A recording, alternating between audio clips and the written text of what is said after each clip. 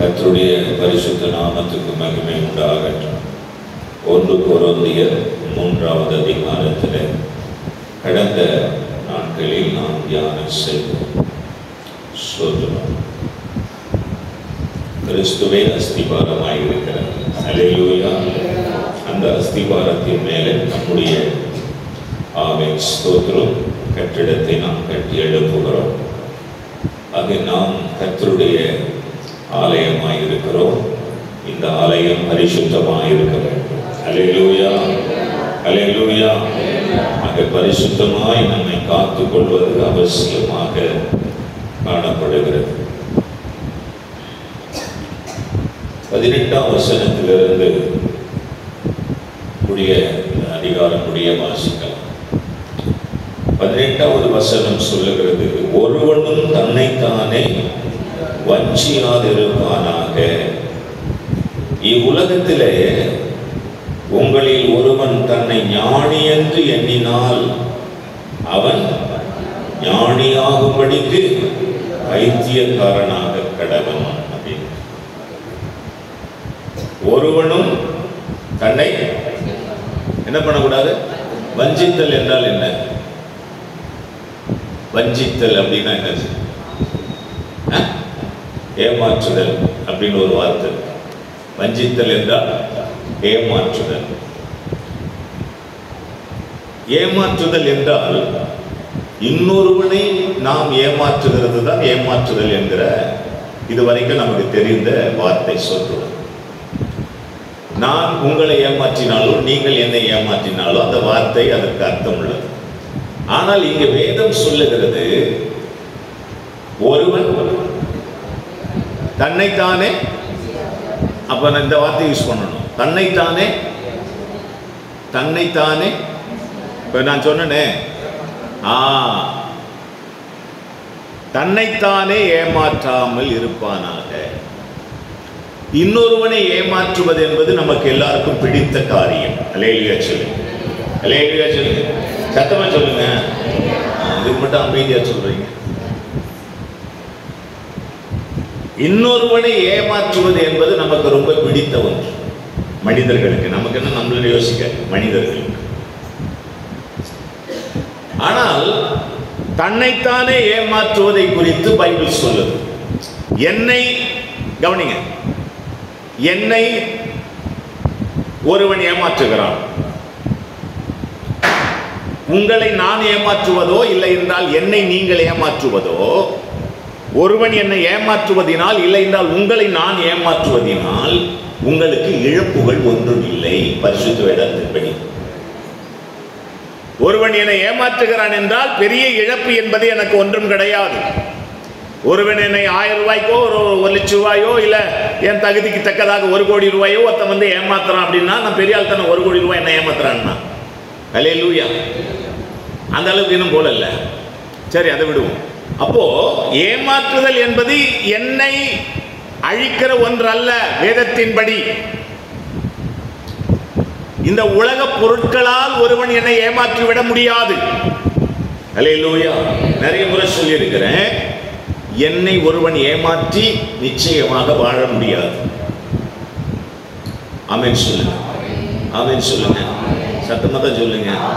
நான் பிராக்டிகலா பேசிட்டு இருக்கேன். நானாகவே மனமு வந்து ஒன்றை ஆசீர்வதிக்கும் போது அது ஆசீர்வாதமாய் இருக்கிறது. கர்த்தருடைய மனுஷனை, கர்த்தருடைய பிள்ளைகளை நீங்களாக கூட இருக்கட்டும், நீங்க கூட இருக்கட்டும், நான் மட்டும் சொல்லல, உங்களை கூட சொல்றேன். நீங்க ஆண்டவருடைய அபிஷேகத்தையும் ஆண்டவருடைய அழைப்பையும் ஆண்டவருக்குள்ள தெரிந்து கொள்ளுதலையும் உடையவர்களாக நீங்கள் இருந்து ஒருவன் உங்களை ஏமாற்றினால் அதோடு அவங்க கதை முடிஞ்சது. அதோடு அவங்க கதை முடிஞ்சது. இது எனக்கு மட்டுமல்ல, உங்களுக்கு மட்டுமல்ல, கர்த்தருடைய பிள்ளைகள் அத்தனை பேருக்கும் கர்த்தர் கொடுத்திருக்கிறதான ஒரு ஆசீர்வாதம். அல்லேலூயா. யார் கொடுத்தார்? ஆண்டவர். முதல்ல நான் சொன்னது வசனம், நீங்க கதன் பார்த்துருக்கிறீங்க. எங்க சொன்னார்? யாருக்கு சொன்னார்? முதல்ல ஆபிரகாம் சொன்னார், உன்னை யார் ஆசீர்வதிக்கிறார்களோ உங்களை யார். முடிஞ்சு போச்சு. உங்களை ஏமாற்றினால் உங்களுக்கு அது பெரிய இழப்பு இல்லை. என்னை ஒருவன் ஏமாற்றினால் அது எனக்கு இழப்பு இல்லை என்று வேதம் சொல்லுகிறது. என்னை ஏமாற்றினவனுக்குத்தான் இழப்பு என்று வேதம் சொல்லுது. ஆனா எனக்கு இழப்பு உண்டு. எப்போ? எப்போ? என்னை நானே ஏமாற்றின முடியும், என்னை நானே வஞ்சிக்க முடியும், என்னை நானே ஏமாற்றிக் கொள்ள முடியும். கவனிங்க, என்னை ஒருவன் ஏமாற்றினால் அவனுக்கு நிச்சயம் என்ன உண்டுன்னு, என்ன உண்டுன்னு, அழிவு உண்டுன்னு. இப்ப அதே தான் மறுபடியும் இந்த வசனம் சொல்லுது. கவனிங்க, தன்னைத்தானே ஒருவன் வஞ்சியாது இருப்பான, தன்னைத்தானே ஒருவன் ஏமாற்றி கொண்டால், கவனிங்க, இப்ப நான் சொன்னதான் அவனுக்கு தெரியாது, தெரியாதுங்க. இப்போ ஒரு மனிதன் இருக்கிறான், அவன் ஒரு 4 பேரை ஏமாத்தி வாழ்றான்னு வச்சுக்க. கவனிங்க, ஹலோ, தப்பா சொல்றேன்னா என்னன்னு தெரியல, சரியா தான் சொல்றேன். ஆனா உங்களுக்கு தப்பா தெரியுதுன்னு நினைக்கிறேன். நீங்கெல்லாம் கம்முன்னு இருக்கீங்க. அல்லேலூயா. நம்ம ஊர்ல ஒரு பழமொழி உண்டு. ஊர்ல ஒரு பழமொழி உண்டு. என்ன பழமொழி? ஊரழ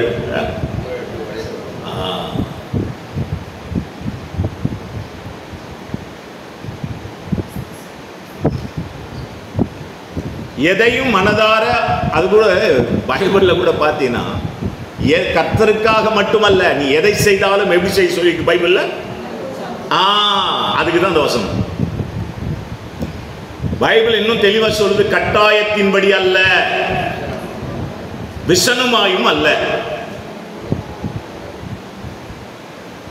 அப்படின்னா நான் நல்லா இருக்கணும், என்னை நானே வஞ்சியாது இருக்கணும்.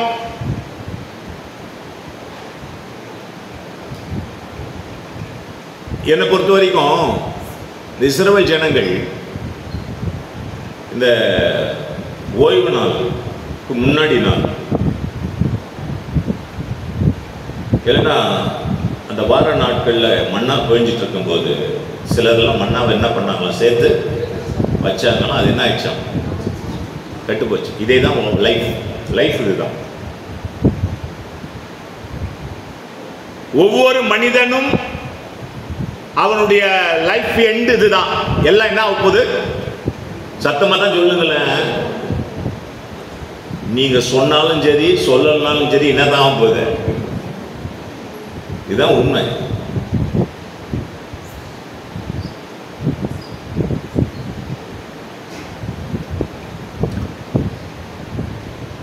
கவனிக்கணும். தன்னைத்தானே வஞ்சித்தல் ரொம்ப டேஞ்சர். அது தன்னைத்தானே ஏமாற்றிக் கொள்ளுதல் ரொம்ப ரொம்ப டேஞ்சர். ஒருவன் என்னை ஏமாற்றுவது எனக்கு ஆசீர்வாதம், என்னை நானே ஏமாற்றிக் கொள்வது ரொம்ப பெரிய சாபம். எத்தனை பேருக்கு அது தெரியணும்? என்னை நானே ஏமாற்றிக் கொள்ளக்கூடாது. என் ஆவி, என் ஆத்தும சரீரம் பத்தியா, என் சரீரம் மேலே தெரிகிறது. என் ஆவி தேவன் கொடுத்தது, ஆத்துமா தான் மனுஷன். அல்லேலூயா. இந்த சரீரம் இந்த ஆத்துமாவை நடத்துகிறது, ஆவியும் இந்த ஆத்துமாவை நடத்துகிறது. சரீரத்துக்கும் ஆவிக்கும் இடையில மாட்டிக்கிட்டு முழிக்கிறது யாரு? யாரு? ஆத்துமா. இந்த ஆத்துமா தான் போராடுது, இந்த ஆத்துமா தான் வாஞ்சிக்குது. பரிசுத்தத்தையும் இந்த ஆத்துமா வாஞ்சிக்குது, பாவத்தையும் இந்த ஆத்துமா வாஞ்சிக்குது, விரும்புது, ஆசைப்படுது, ஏங்குது. பரிசுத்தத்தின் மேலேயும் ஒரு ஏக்கம் இருக்கு, பாவத்தின் மேலேயும் ஒரு ஏக்கம் இருக்கு. பாவத்தின் ஏக்கம் சரீரம் கொடுக்கிறது, பரிசுத்தத்தின் ஏக்கம் ஆவி கொடுக்கிறது. இதுக்கு இடையில மாட்டிக்கிட்டு முழிக்கிறது தான் வாழ்வியல். வாழ்வியல் என்கிற வாழ்க்கை.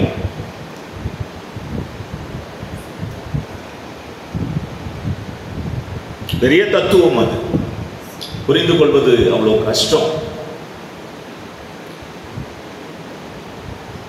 என்னை நான் ஏமாற்றிக் கொள்ளாது இருக்க வேண்டும். என்னை நான் ஏமாற்றிக் கொள்ளாமல் இருக்கும் வரைதான் நான் பரிசுத்தமாய் வாழ முடியும். அல்லேலூயா. மற்றவர்கள் என்னை ஏமாற்றலாம். ஆமென், ஆமென் சொல்லுங்க. மற்றவர்கள் என்னை ஏமாற்றலாம். அது என்னை பாதிக்காது. என் ஆவிக்குரிய வாழ்க்கையை அது பாதிக்காது. மற்றவர்கள் என்னை ஏளனம் பண்ணலாம், மற்றவர்கள் என்னை எது வேணாலும் பண்ணலாம், ஆனால் நான் என்னை பண்ணிக்கொள்ளக் கூடாது. அல்லேலூயா. நான் என்னை எதையும் பண்ணிக்கொள்ள கூடாது. எதை பண்ணாலும் தப்பாயிடும். கவனிக்கணும். பெருமையா கூட எண்ணக்கூடாது, அதுவும் தப்பாயிடும்.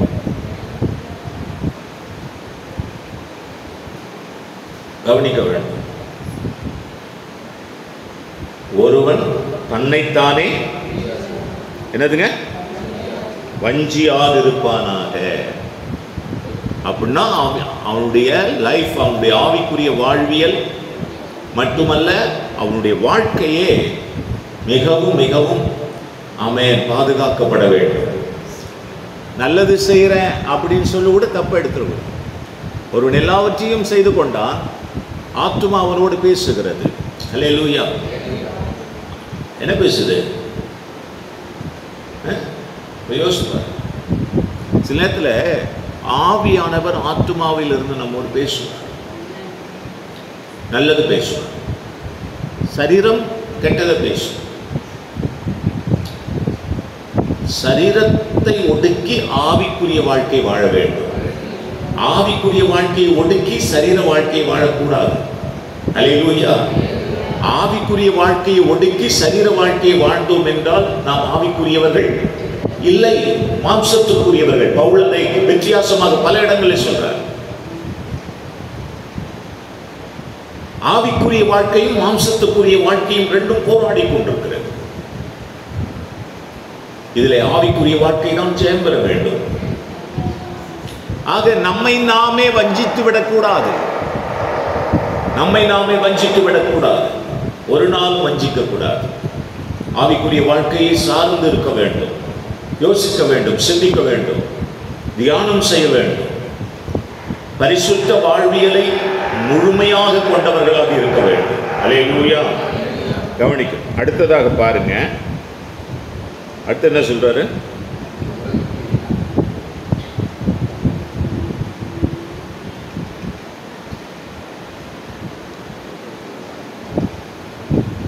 இவ்வுலகத்தில் உங்களில் ஒருவன் தன்னை ஞானி என்று என்ன எண்ணினால், இந்த உலகத்தில் உங்களில் ஒருத்தன் தன்னை ஞானி என்று எண்ணினால் அவன் எப்படி ஆகணும்?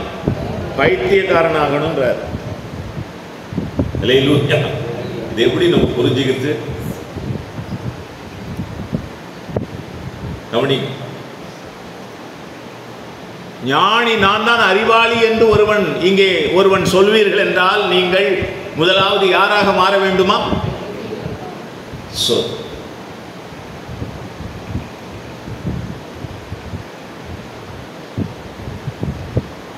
பைத்தியக்காரன் எதை குறித்தும் கவலைப்படுவதில்லை. அல்லேலூயா. பைத்தியக்காரனுக்கு அடுத்த வேளை சாப்பாடு இல்லைனாலும் அவன் என்ன ஆவதில்லை? சொல்லுங்க. ஹலோ, ரோட்ல சுத்திட்டு இருக்கான பைத்தியக்காரன், அவனுக்கு அடுத்த வேளை சாப்பாட்டுக்கு ஏதாவது கஷ்டப்படுறானா? இல்லை. வீடு இல்லைன்னு இல்லை, எதை பற்றி அவனுக்கு கவலை இல்லை.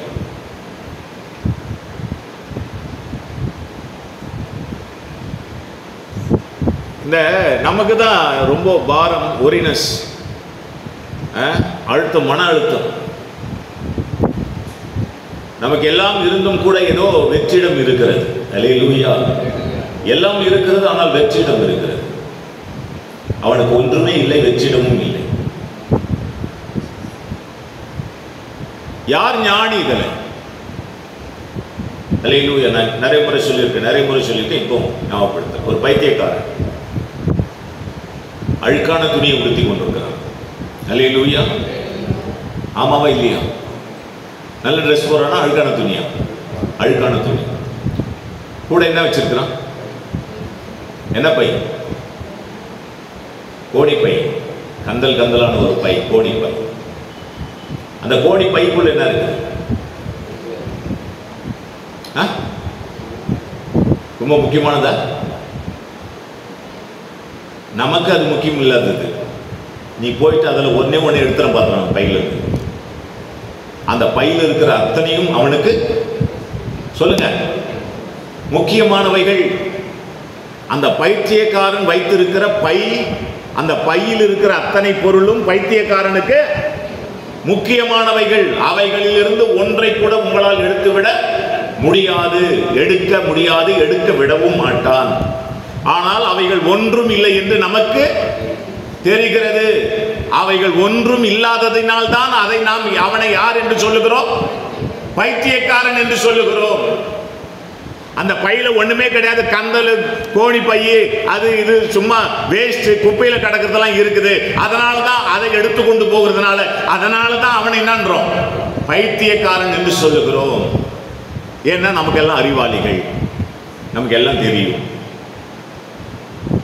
இதையே ஆண்டவர் இப்போ நம்மளை பார்க்கிறார். பைத்தியக்காரன் சாகும்போது அவைகள் எல்லாத்தையும் விட்டுட்டு தான் என்ன பண்ண போறான்? சாவ போறோம். நாமும் வைத்துக் கொண்டிருக்கிற அத்தனையும் விட்டுட்டு தான் என்ன பண்ண போறோம்? சாவ போறோம். இப்ப தேவனுடைய பார்வையில் நாம் எப்படி இருப்போம் என்று நினைக்கிறீர்கள்? அதேதான். தேவனுடைய பார்வையில் மட்டுமல்ல, ஆவிக்குரிய வாழ்வியலை சரியாய் வாழ்ந்து கொண்டிருக்கிற யாராக இருந்தாலும், இங்க யாரும் கிடையாது. இப்ப இந்த பூமியில் எத்தனை பேர் இருக்காங்கன்னு எனக்கு தெரியல.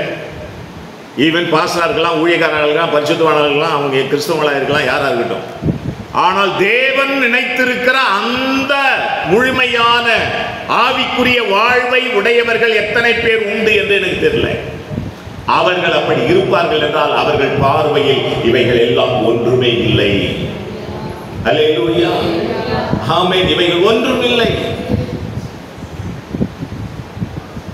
நாமும் ஏதோ அந்த பைத்தியக்காரன் சும்மா தூக்கிட்டு போடுற மாதிரி நம்மளும் தூக்கிட்டு ஓடிட்டு இருக்கிறோம், அவ்வளவுதான். ஒரு நாள் வரப்போகிறது, எல்லாத்தையும் விட்டுட்டு சாக போகிறோம். இதுல எவ்வளவு போற போட்டிகள், பொறாமைகள். பைத்தியக்காரர்கள் அவர்களுக்குள்ள இருக்கிற போட்டிகள் போல நமக்கும் போட்டிகள். ரெண்டு பைத்தியக்காரன் ரெண்டு துணியை, ரெண்டு கோணி பையை தூக்கிட்டு போறதுக்குள்ள அவனுக்குள்ள என்ன இருக்கும்? போட்டி இருக்கும். அதுதான் நமக்கு இருக்கு. அதை தான் இங்க விளக்கி சொல்லுகிறார். அதை தான் இங்க விளக்கிட்டு வர்றார். ஞானவான் என்று, ஞானி என்று, அறிவாளி என்று, புத்திசாலி என்று, திறமசாலி என்று, பிழைக்க தெரிந்தவன் என்று இந்த உலகத்தில் நிறைய பேர் உண்டு. இவெல்லாம் பிழைக்காதவன், பிழைக்க தெரியாதவன். ஆனால் நாம் நம்முடைய எண்டு இன்னத்தை சாதிக்க போறோன்றது தான் தெரியல. நமக்கு முன்னாடி இருந்தவங்களும் எதுவும் சாதிக்கலை. இந்த ஊர்லயே நான் ஒரு 35 வருஷமா பார்த்துட்டு இருக்கிறேன். ரொம்ப பெருசு பெருசா பண்ணவங்கலாம் புஷ்ன்னு போயிட்டாங்க, ஒன்றும் சாதிக்கலை. இப்போ வரவங்களும் சாதிக்க முடியாது. ஹல்லேலூயா, ஒன்றும் சாதிக்க முடியாது. யாருமே ஒன்றும் சாதிக்க முடியாது. நான் கூட முடியாது. ஆண்டவருக்காக வாழ்தல் மட்டுமே சாதனை உள்ளது. ஹல்லேலூயா. மற்றபடி இந்த உலகத்தையே மனிதன் ஆதாயமாக்கினாலும், என் ஆவிக்குரிய வாழ்க்கையை நான் கெடுத்துக்கிட்டு 1000 செஞ்சாலும் வேஸ்ட் இருந்தார் ஆண்டவர். ஊழியம் பெருசாக செஞ்சு நிறைய ஜனங்கள் வந்து, நிறைய பணம் வந்து, நிறைய இது வந்து, அது வந்து, ஏன் ஆவிக்குரிய வாழ்க்கை கெட்டதா இருந்ததுன்னா ஊழியமே வேஸ்ட் என்றார் ஆண்டவர். உன் தனிப்பட்ட வாழ்க்கை, உன்னுடைய பர்சனல் லைஃப் சாட்சியின்மையாக போகும் என்றால், உன் ஆவிக்குரிய வாழ்க்கை, உன் குடும்ப வாழ்க்கை, உன் குடும்பத்தினருடைய வாழ்க்கை எல்லாம் ஒண்ணு இல்லாம போச்சுன்னா எல்லாமே வேஸ்ட். அப்போ ஞானவானாய், புத்திசாலியாய், அறிவாளியாய், பரிசுத்தவானாய் நீ இருக்கணும், ஞானவானாய் இருக்கணும்னு நினைச்சுனா முதல்ல நீ யாரா இரு. சத்தமா தான் சொல்லுங்களேன். ஆமா, ஒண்ணுமே இல்லப்பா, போயிட்டு இருக்கிறப்பா, ஒன்னும் இல்லப்பா. அருமையான தேவ மனிதன், பெரிய பணக்காரராய் இருந்த தேவ மனிதன் நிர்வாணியாய் வந்தே, எவ்வளவு பெரிய வார்த்தை தெரியுமா அது? பெரிய பணக்காரங்க அவரு, சாதாரண ஆள் கிடையாது.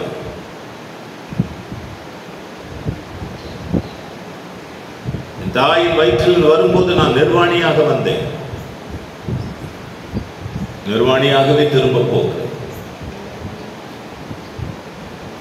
சாகும்போது மரணம் நேரத்தில் கல்லறையில் என்னென்னமோ வச்சு அனுப்புகிறாங்க, காசு வச்சு அனுப்புகிறாங்க, நகை போட்டு அனுப்புகிறாங்க, அவங்களுக்கு பிடிச்ச பட்டு புடவை கட்டி அனுப்புகிறாங்க. ஸ்தோத்திரம். இன்னும் அவர் ஏதாவது பாட்டில் கட்டில் குடிச்சா தான் அந்த பாட்டிலையும் வச்சு அனுப்புகிறாங்க. நீ இப்படி வந்த உடனே அது எல்லாத்தையும் எடுத்துருவாங்க. எல்லாம் அவன் திருப்தி. ஏன்னா ஏமாத்திட்டு இருப்பாரு. உன்னை நீ வஞ்சியாது, உன்னை நீ ஏமாற்றாது, உன் ஆவிக்குரிய வாழ்க்கையிலே சரியாயிரு, உன் பரிசுத்தமான வாழ்க்கையில சரியா, உன் ஆத்மா உங்கள்கிட்ட பேசிட்டு இருக்கு, உன் ஆவிக்குரிய எண்ணங்கள் உன்னோடு பேசிட்டு இருக்கு. அதுக்கு உட்படு, அதற்கு உட்படு. சரீரமும் பேசுகிறது, ஆவியும் பேசுகிறது. சரீர உணர்வுகள் உனக்குள்ளே வருகிறது, ஆவியானவர் உன்னோடு இருந்து பேசுகிறார். நம்மை நாமே பாதுகாக்கணும், நமக்கு நாமே ஒரு கண்ட்ரோல் இருக்கணும். சரீரம் பலவீனம் உள்ளது, ஆவியோ பலவீனம் உள்ளது அப்படின்னு நீங்க என்ன எழுதியிருக்காரு தெரியுமாங்க? என்னத்துக்கு சொல்றா தெரியுமா? பலம் உள்ளது தான் ஒரு பலவீனம் உள்ளதுன்றார். எத்தனை பேருக்கு அது புரியுது நான் சொல்றது? அது பலம் உள்ளது, அதை தான் ஒரு பலவீனம்னு எழுதுறாரு. அது பலம் உள்ளது. சரீரம் சில நேரத்தில் பயங்கரமான பலனை கொடுக்கும். தப்பான எண்ணங்களை, சிந்தைகளை கொண்டு வந்த பலனை செலுத்தும். அதை தான் ஒரு பலவீனம் என்று சொல்றார். அந்த பலவீனத்தை நீ அகற்றி ஆவியின் பலனை பெற வேண்டும். அல்லேலூயா. ஆவியோ உற்சாகம் உள்ளதன். ஆக என்னை நான் வஞ்சியாது இருக்க வேண்டும், என்னை நானே ஏமாற்றிக் கொள்ளாமல் இருக்க வேண்டும். ஜெபிக்கிறேன், கர்த்தருடைய ஆலயத்துக்கு வருகிறேன், கிறிஸ்தவனாக மாறினேன், ஊழியம் செய்கிறேன், அப்படி இருக்கிறேன், இப்படி இருக்கிறேன், அங்கே போனேன், இங்கே போனேன், அங்கே ஜெபம் பண்ணேன், இங்கே ஜெபம் இப்படின்னு சொல்லி உன்னை ஏமாத்திக்காதே. ஒழுங்கா பரிசுத்தமாக வாழ பழகுன்ற. அல்லேலூயா சொல்லு. அல்லேலூயா, அல்லேலூயா. கவனிக்க, ஞானிகளுடைய சிந்தனைகள் வீணாக இருக்கிறதுன்னு கர்த்தர் அறிந்திருக்கிறார். இப்படி இருக்க ஒருவனும் மனுஷரை குறித்து மேன்மை பாராட்டுதல். அல்லேலூயா. எனக்கு இந்த வார்த்தை ரொம்ப பிடிச்சமான வார்த்தை. இதை நான் ஃபாலோ பண்ணுவேன். ஒரு மனிதனை கனம் பண்ணுவது என்பது வேறு, மேன்மை பாராட்டுவது என்பது வேறு. அல்லேலூயா. கனம் பண்ணுவது என்பது வேற, மேன்மை பாராட்டுவது என்பது வேறு. கனம் பண்ணுதல், அப்பாவை கனம் பண்ணு, அம்மாவை கனம் பண்ணு, உன் ஊழியக்காரனை கனம் பண்ணு. அல்லேலூயா. ஆமா, இது கனம் பண்ணுதல். ஆனா மேன்மை பாராட்டுதல் என்பது அவர்களை புகழ்ந்து பேசுதல். எந்த மனுஷனையும் புகழ்ந்து பேசவே கூடாது. அல்லேலூயா சொல்லுங்க. அல்லேலூயா சொல்லுங்க. பாஸ்டர் பேசலாமா? பேசக்கூடாதுன்னு வேணாம். மற்ற பாஸ்டர் என்ன சொல்றாங்க அது எனக்கு தெரியாது. நான் சொல்லுவேன் பேசக்கூடாது. எல்லா மனிதர்களும் அவர்கள் மாம்சம்தான் என்கிறதை நாம் உணர வேண்டும். மனிதர்கள் எல்லாரும் பலவீனமானவர்கள் என்கிறதை உணர வேண்டும்.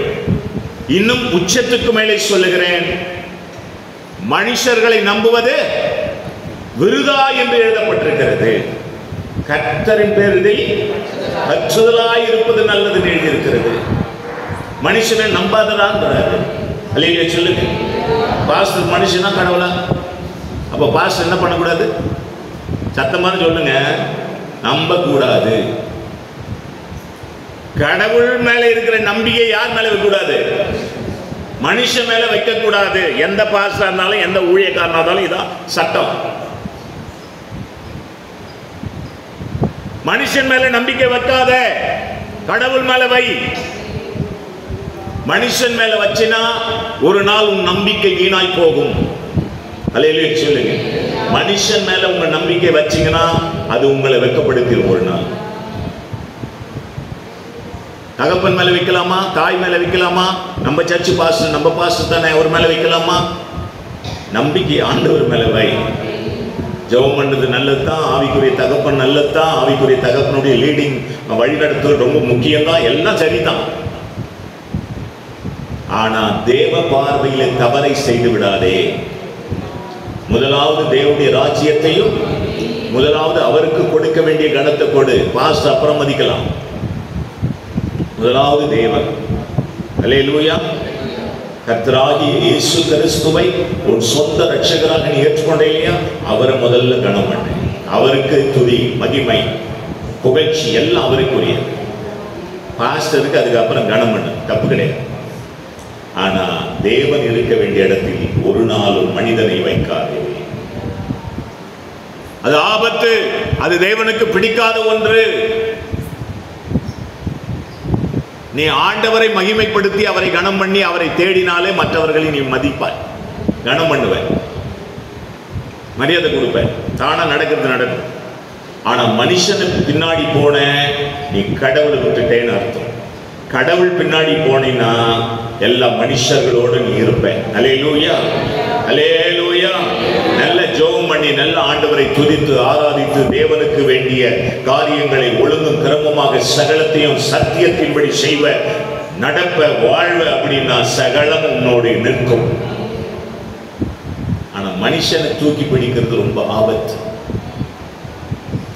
அது உனக்கு தீமையாக போய் முடிஞ்சு. அதனால இந்த வசனம் சொல்லுது தெளிவா, ஒருவனும் மனுஷரை குறித்து மேன்மை பாராட்டுது. எல்லாம் பவுலாகிலும் அப்போலோவாகிலும் கேபாவாகிலும் உலகமாகிலும் ஜீவனாகிலும் மரணமாகிலும் நிகழ்காரியங்களாகிலும் வருங்காரியங்கள் எல்லாம் உங்களுடைய. நீங்கள் கிறிஸ்து உடையவர்கள். கிறிஸ்து தேவன், கிறிஸ்து அப்புறம் அப்புறம் தேவன், அப்புறம் கிறிஸ்து, அப்புறம் வருங்காரியம், நிகழும், மரணம், ஜீவன், உலகம், இதெல்லாம் மனிதர்கள் எல்லாம். அப்புறம் முதலாவது தேவன்றாரு, பிறகு இதெல்லாம். நம்ம அப்படியே உள்டாவாயிடக்கூடாது. அல்லேலூயா. முதலாவது தேவனுடைய ராஜ்யத்தை தேடுவார், முதலாவது உலகத்தை தேடு, பிறகு தேவன் உனக்கு வருவார். அப்படி இல்லை, முதலாவது தேவனை தேடு, பிறகு இந்த உலகம் எல்லாம் உனக்கு கொடு. அப்போ ஃபர்ஸ்ட் தேவன். இதெல்லாம் அம்மா அப்பா, உலகம், ஊர், கல்யாணம், திருவிழா, அது இது, லொட்டு லொஸ்டு, பர்த்டே, இதெல்லாம் ரெண்டாவது இல்லை. நம்ம என்ன பண்ணுறோம்? ஆண்டவர் அப்புறம் பார்த்துக்கலாம் அப்படின்னு ஓடி நம்ம இஷ்டத்துக்கு போயிடும். ஒரு வாழ்வியலை, அந்த முறையை சரியாக வைத்துக் கொள்ள வேண்டும். அல்லேலூயா. கரங்கள் வைத்து சொல்லுவோம் அல்லேலூயா, அல்லேலூயா. இப்போ சாப்பிட்றதுக்கு போன உடனே முதலாவது என்ன கொடுக்குறாங்க? பந்தியில் உட்கார்ந்த உடனே முதலாவது என்ன தராங்க? ஹலோ, முடிச்சிடுறேங்க. சாப்பிட்றதுக்கு உட்கார்ந்த உடனே முதலாவது என்ன கொடுக்குறாங்க? தண்ணி கொடுக்குறாங்க. ஏன் கொடுக்குறாங்க? வீட்டில் கேட்கலங்க. வீட்டில் முதல்ல சோத்தான் கொடுப்பாங்க, அப்புறம் அடைச்சிக்கிட்ட பிறகு தண்ணி கூப்பிட்டு வைப்பார், அப்புறம் தான் என்ன பண்ணுவாங்க? தண்ணி கொடுப்பாங்க. ஆனால் பந்தியில் என்ன கொடுப்பாங்க? முதல்ல தண்ணி கொடுப்பாங்க. ஏன்? நீ தண்ணி எடுத்து கொஞ்சம் குடிச்சின்னா உன் தொண்டெல்லாம் என்ன ஆகும்? நனைஞ்சி அது ஈரமாக உண்டாகும். அதுக்கப்புறம் நீ அதை உருட்டினா தண்ணி தடை இல்லாமல் உள்ள போகும். நீ தண்ணி குடிக்காம உருட்டினா போயிட்டுன்னா என்னங்க அடைச்சிக்கும், அதுக்கப்புறம் தண்ணி கேட்கும். அதனால இதுதான் முறைகள். அது போல முதலாவது அவர் தேட பழகிட்டு அங்கேயும் இங்குமா ஓடுறதை நிறுத்திட்டு முதலாவது ஒழுங்கும் கிரமமா கர்த்தரை தேடணும். அவருக்கு கொடுக்க வேண்டியதை கொடுக்கணும், மரியாதையை கொடுக்கணும், கனத்தை கொடுக்கணும், ஆராதனை கொடுக்கணும், துதி ஸ்தோத்திரங்களை கொடுக்கணும், நம்முடைய நேரத்தை கொடுக்கணும்.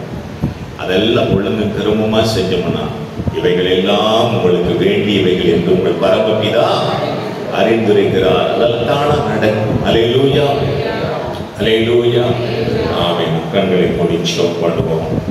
ஆமென். ஸ்தோத்திரம். ரொம்ப ஞானவான் போலெல்லாம் வாழாம ஆமென். இந்த உலகத்துக்கு பைத்தியமாக இருப்போம், கிறிஸ்துவுக்குள்ளே ஞானவான்களாய் இருப்போம். அல்லேலூயா. உலகத்துக்கு பைத்தியக்காரர்கள் நாம். ஆமென். கிறிஸ்துவுக்குள்ளே நாம் எல்லாரும் ஞானவான்கள், புத்திசாலிகள். ஆண்டவரை நாம் தெரிந்து கொண்டோம் இல்லையா? கிறிஸ்துவை தெய்வமாக கொண்டிருக்கிறோம் இல்லையா? நம்மை விட புத்திசாலிகள் வேற யாருமே கிடையாது. அல்லேலூயா. இந்த உலக பொருள், இந்த பணம், இந்த ஆசீர்வாதம், அது இதுன்னு போடுறாங்க இல்லையா? அவங்க எல்லாம் ஞானவான் அவங்க பார்வையில சொல்றாங்க. இந்த உலக பார்வையில நாங்கள் ஒன்றும் இல்லாமல் போனாலும் கிறிஸ்துவுக்குள்ளே நாங்கள் ஐஸ்வர்யவான்கள். அல்லேலூயா. தகப்பனே, அருமையான நேரத்தில் எங்களை ஒரு விசை கூட தாழ்த்தி ஒப்பு கொடுக்கிறோம். இந்த கிருபையை சார்ந்து கொண்டு நாங்கள் உண்மையில் பலன் கொண்டு வாழ்வதற்கு உதவி செய்யும். நாங்கள் ஒவ்வொருவரும், நானும் என் குடும்பத்தார் அனைவரும், மனைவி, பிள்ளைகள், கணவர் எல்லாரும் இந்த சத்தியத்துக்கு உட்பட்டு வாழ்வதற்கு உதவி செய்யும். இந்த கரங்கள் ஒப்பு கொடுக்கும். எங்கள் ஆண்டவர் இயேசு கிறிஸ்துவின் நாமத்தில் ஜெபிக்கிறோம் பிதாவே. ஆமென். ஆமென். ஆத்துமாவே கர்த்தரை ஸ்தோத்திரி, என் முழு உள்ளமே உடைய பரிசுத்த நாமத்தை ஸ்தோத்திரி. ஆத்துமாவே கர்த்தரை ஸ்தோத்திரி, அது செய்த சகல உபகாரங்களை மறவாதே. ஆமென். அல்லேலூயா. God bless you. God bless you.